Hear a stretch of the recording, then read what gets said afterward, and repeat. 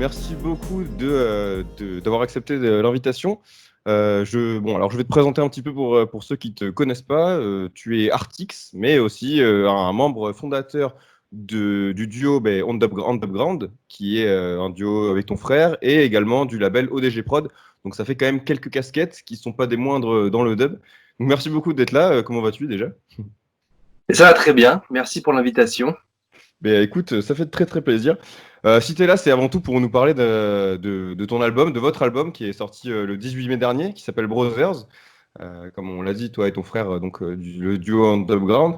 Et donc on va bien sûr parler de l'album en général, etc. Mais j'aimerais un petit peu revenir sur la naissance d'Underground et de ODG Prod pour les gens qui habitent dans une grotte et qui n'écoutent ou qui n'écoutent pas énormément de dub. Donc, vous êtes créé en 2004, c'est ça, et au DG Prod dans la foulée en 2005. Oui. J'aimerais bien savoir pourquoi directement vous avez eu envie de fédérer avec un label juste après avoir créé votre groupe. Bah écoute, c'était un moyen de se diffuser, d'être autonome. Tu sais, on a commencé avec des morceaux très très amateurs et du coup, on n'avait pas la prétention d'aller démarcher des labels. Hmm. Et du coup, au lieu de ça, on a créé notre propre plateforme pour pouvoir se diffuser beaucoup plus librement, beaucoup plus facilement.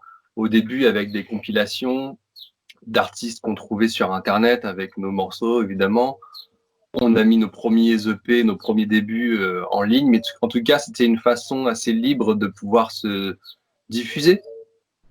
Et du coup, au final, ça a beaucoup pris, puisque aujourd'hui, pour résumer un peu, ODG, ça abrite aussi bien des énormes artistes comme Panda, Mahom, etc., que des petits artistes qui sont moins connus. Je pense à Black Beanie Dub qui sort un projet dans quelques jours, là, par exemple. Et du coup, comment vous faites pour trouver enfin, vous et votre équipe, j'imagine, ce genre d'artistes, donc Black Beanie qui sont du Sud-Est, vous êtes de Tours, donc c'est pas du tout à côté. Enfin, comment ça se passe tout ça? Bah, comme depuis la genèse du projet, du label, tout se passe par Internet. Et du coup, on a beaucoup démarché dans un premier temps aux prémices du projet. Et maintenant, on démarche beaucoup moins, on a moins de temps et du coup, et surtout, on a beaucoup d'envois de maquettes, on nous envoie énormément de projets à écouter. Et du coup, voilà, maintenant, on a une bonne base solide d'artistes qu'on kiffe. Et puis voilà, maintenant, effectivement, ça fait longtemps, ça fait bien du coup 15 ans maintenant que le label est là. On est à plus de 300 albums ou EP disponibles en téléchargement, donc ça fait une belle plateforme. Carrément, ouais. Bah, c'est sûr que puis en plus, ODG Prod, ça parle un peu à tout le monde, quoi, dans le milieu. T'en- tu, tu entends parler régulièrement.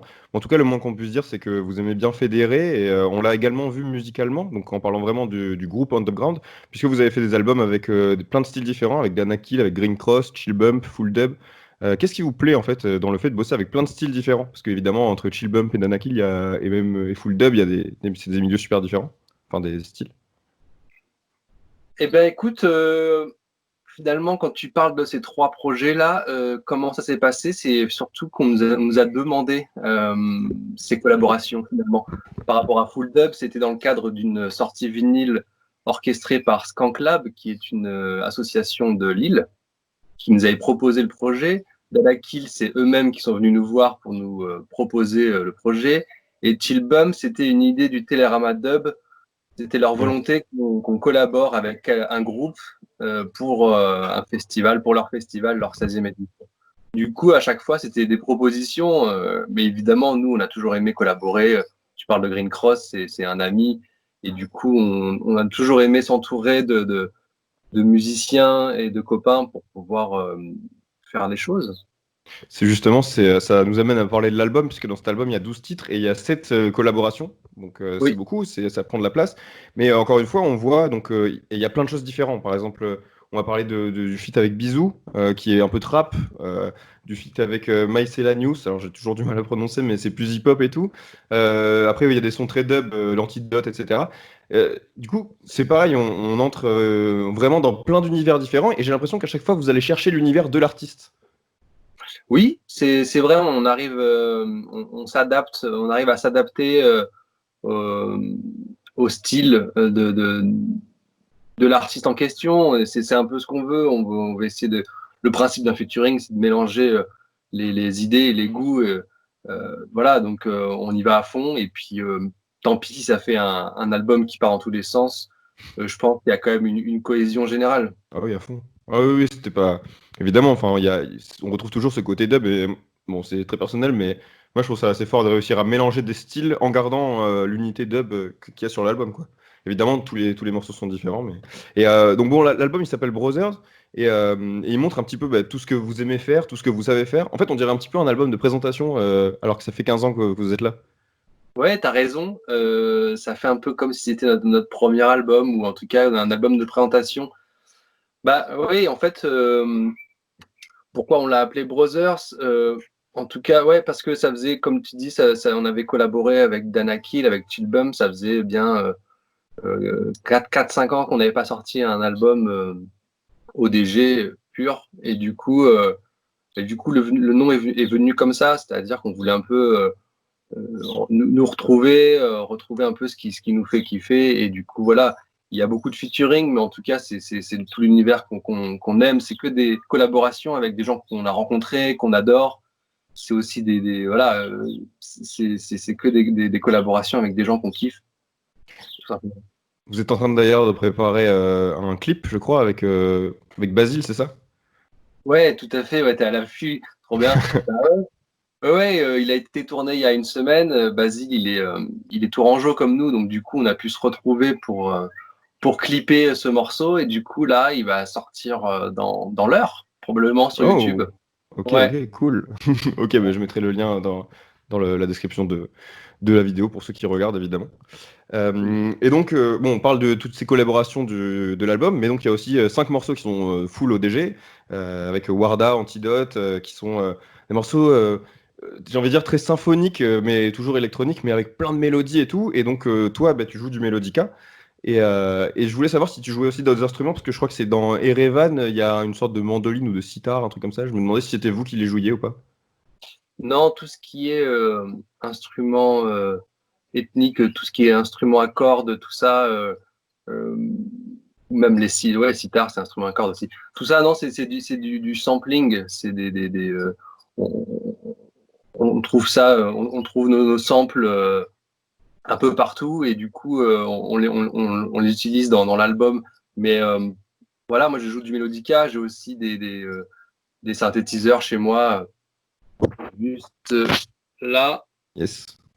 Et du coup, mon frère en a aussi chez lui. Et du coup, on fournit l'album à la fois d'instruments qu'on a chez nous, ou alors de sampling aussi. Mais on le voyait sur vos lives justement sur After Work Online Festival, je sais pas s'il y en a qui ont suivi, mais on voyait en fait que vous jouiez des synthés, c'est pas uniquement le mélodica, quoi, j'imagine. Et du coup, ça m'emmène à. Il y a une rubrique que j'aime faire dans mes interviews, ça s'appelle la question du pote. Et donc je demande à un pote une question pour un artiste qu'il aime bien. Et donc là, j'ai une question de Martin qui te demande si tu as appris le mélodica pour le dub ou si tu faisais du mélodica et tu t'es mis à faire du dub après. Non, c'est clairement lié au dub. J'ai découvert le mélodica en écoutant des albums d'Hytone et de Miniman, avant de découvrir la genèse de l'instrument dans le reggae avec Pablo. Non, c'est clairement même Miniman plus précisément qui m'a donné envie de découvrir cet instrument. Et puis le hasard a fait que j'ai pu m'en procurer un chez Bigaranx, qui est un vieil ami à moi de lycée. Il en avait un chez lui, et du coup j'ai fini par lui acheter. Et voilà comment ça a commencé. Mais vraiment, tout est lié au dub. Ok, ouais. Bon, de toute façon, on en entend régulièrement dans les productions dans Dubground et puis de Artix, évidemment, mais on va en parler un petit peu plus tard.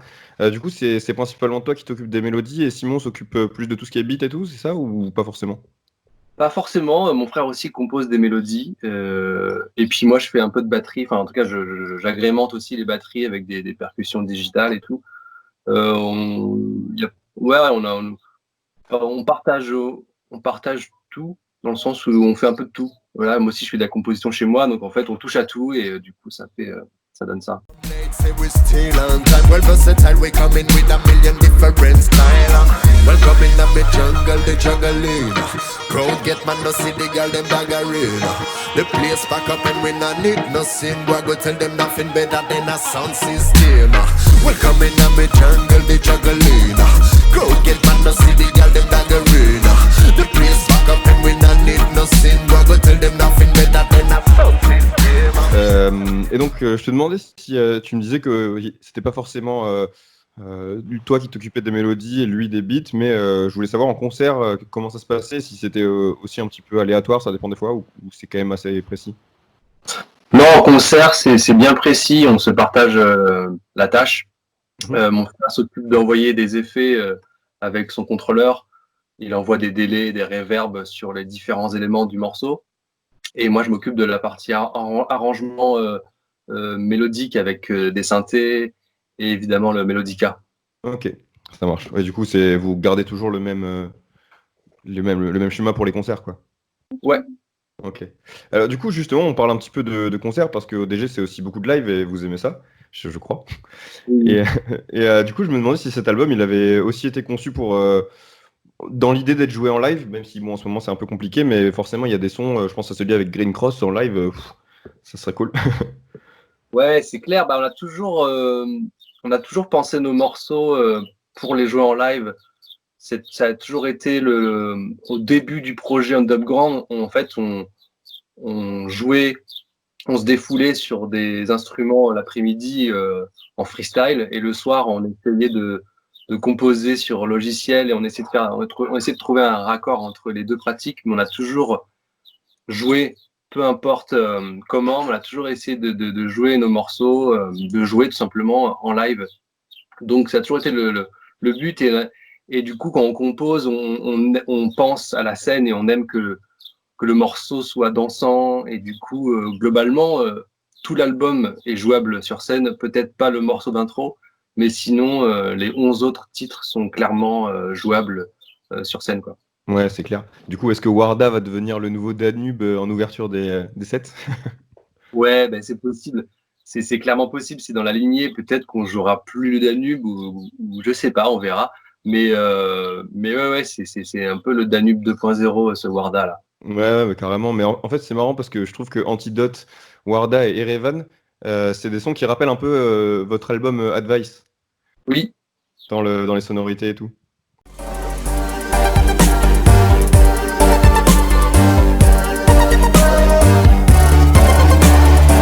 Our friends, drained of their life's blood, found dead in bed, lifeless skeletons of skin and bone.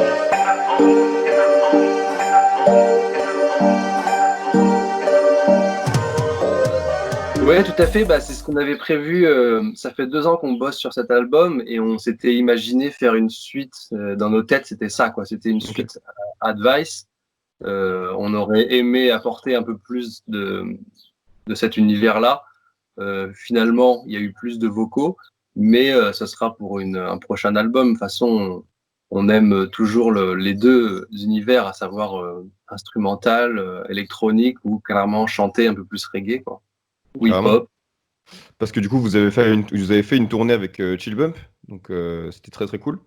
Ouais, c'est Et, très cool.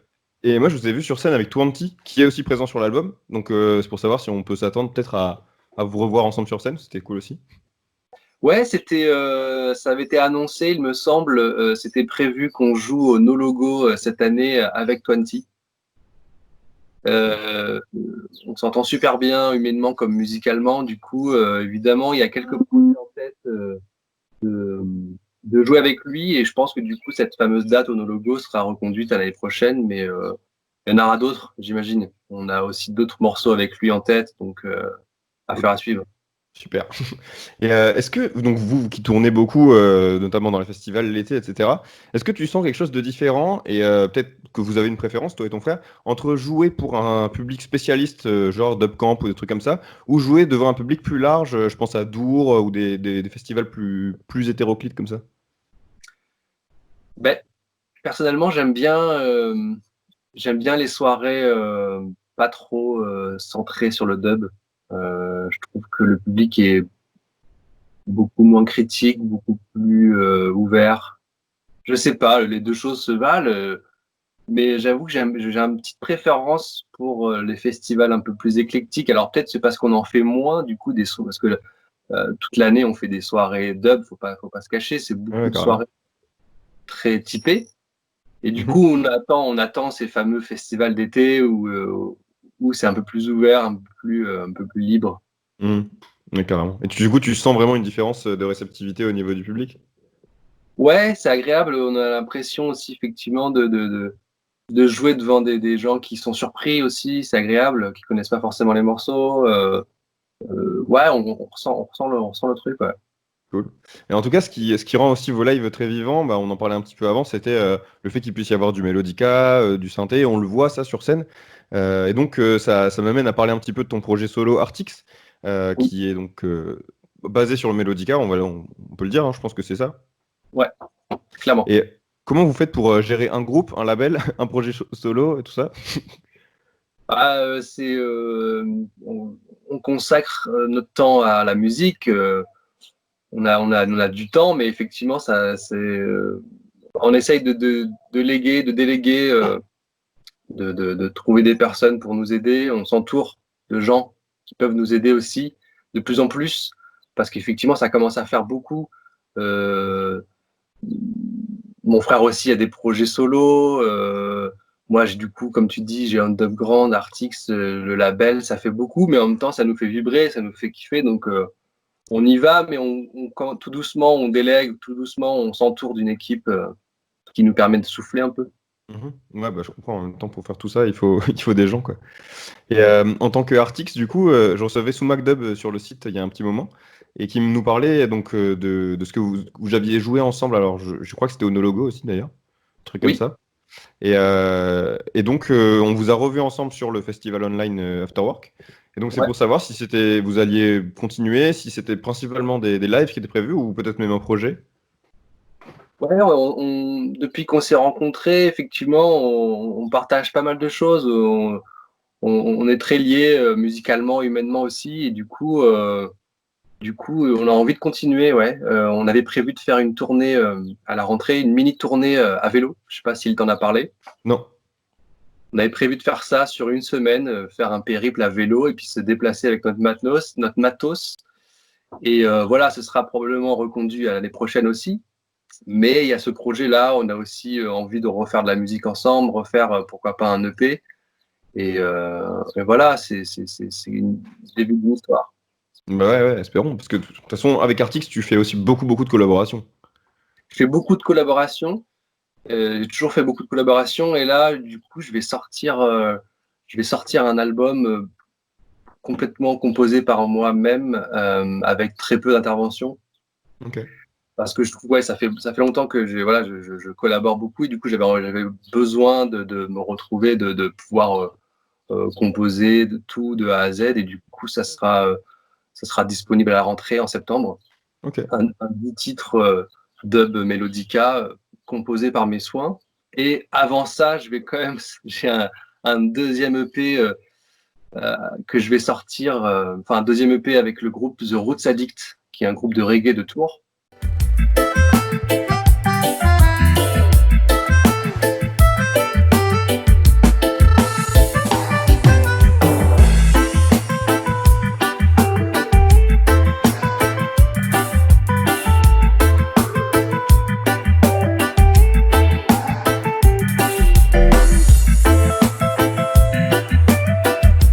Ok. Et du coup, on avait sorti un EP en 2016, il me semble, et là, on a un EP qui va très bientôt sortir avant l'été. Putain, t'as pas chômé pendant le confinement. Non, bah franchement, non, ça a été plutôt une bonne période productive pour moi. Ouais, Ouais, carrément. Bah, pour le coup, les artistes musicaux, bah, tu peux pas tourner, par contre, tu produis, quoi. ouais, c'est un mal pour un bien. Ouais. C'est ça. Bon, mais écoute, en tout cas, c'était un plaisir de t'avoir reçu. On va se quitter avec un truc que j'aime bien faire. Donc, en fait, le site, c'est Techno et Dub. Et je demande aux artistes de dub s'ils ont un morceau de techno en tête comme ça pour se quitter, ou inversement. Alors, si t'en écoutes pas du tout, ça peut être juste autre chose qui a rien à voir avec le dub. Mais pour se quitter avec ce morceau-là, quelque chose qui t'inspire, ou je sais pas, que t'aimes bien. Euh, j'ai du mal à retenir les noms Hmm. des morceaux. Mais j'ai un truc comme Mister Oiseau en tête, c'est un Ouais. peu ça. Ouais, On ouais, peut dire carrément. techno, c'est vachement large en fait, comme nous, Ouais, ouais. C'est pour ça comme que le, c'est bien, parce que comme ça, c'est libre. comme le dub aussi. Mister Oiseau, vous êtes des animaux. Ouais, Ça, j'aime ouais, bien ça. carrément. Yes. C'est un peu Ok, vieux, bah, mais j'aime parfait. bien. On va se quitter de façon bien péchue, c'est cool. Bon, mais en tout cas, j'invite tout le monde à aller écouter Brothers parce que c'est vraiment un très très bon album et je suis vraiment sincère. Et puis, ben, on espère le voir en live d'ici très peu. Ouais, j'espère aussi. Merci beaucoup, Paul, d'être venu, enfin d'être venu en vidéo. Ouais. Merci pour l'invitation. À plus. Ciao. Salut. Arrêtez de vous reproduire.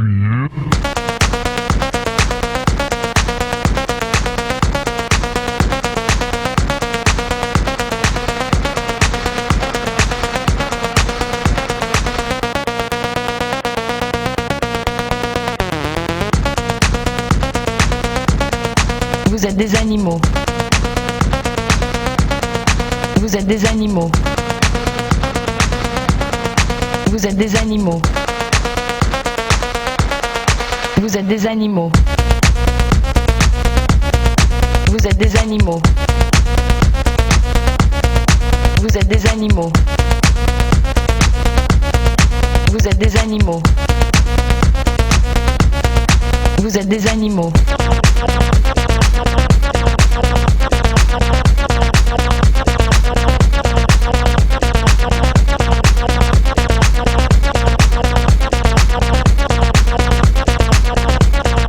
Vous allez crever.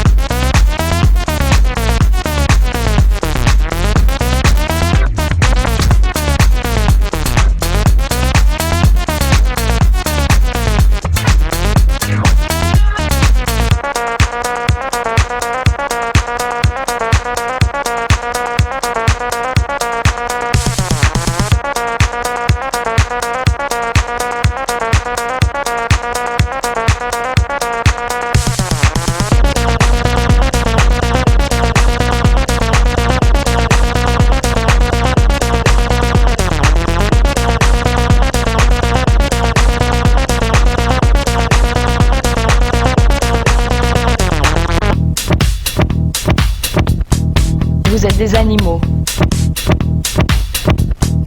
Vous êtes des animaux. Vous êtes des animaux. Vous êtes des animaux.